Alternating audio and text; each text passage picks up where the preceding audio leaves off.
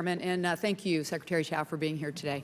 I really appreciated in your opening statements when you're talking about the airspace, and your quote was that you want to protect it, quote, especially those in the rural communities. My congressional district is in central Illinois and northwestern Illinois, mostly rural and non-urban.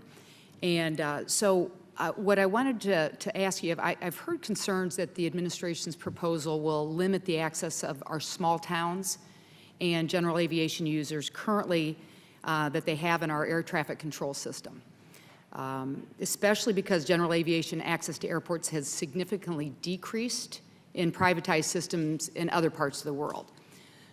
So what specific measures are included in your proposal to guarantee that these users would get continued open access to our national airspace system? Well, it can't be any worse than it is now. Whenever there's a budgetary concern, the rural areas are always the first to get cut. The towers are always the first to be eliminated. We've seen that with sequestration. We've seen that with other budgetary, periods. The intent is we want to preserve access by general aviation and by rural America.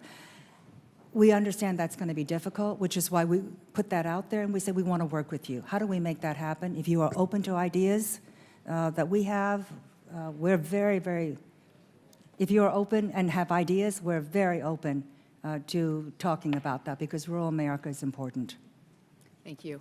One of the airports in my congressional district is called the Chicago-Rockford International Airport, and it's only 70 miles from O'Hare, which is one of the busiest airports in the world, as you know.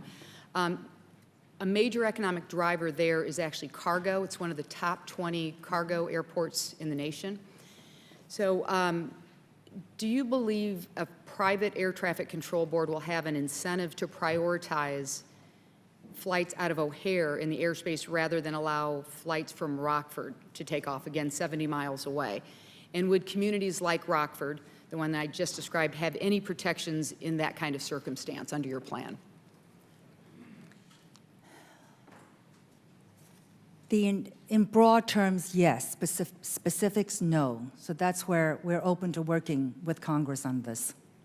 Okay, can you drill down on that? I'm not sure if I understand. We would like to preserve it, and if you have ideas, we're more than glad to entertain it. Okay, and are there any ideas that currently you have or the folks? Well, on I your think team some have? kind of essential air service probably will have to be maintained. But again, I can't make a commitment about that at this point because I don't have permission to say that. But rural America overall is an important aspect. We were thinking about putting a separate title or something, but we're, again, open to discussion about that. Okay.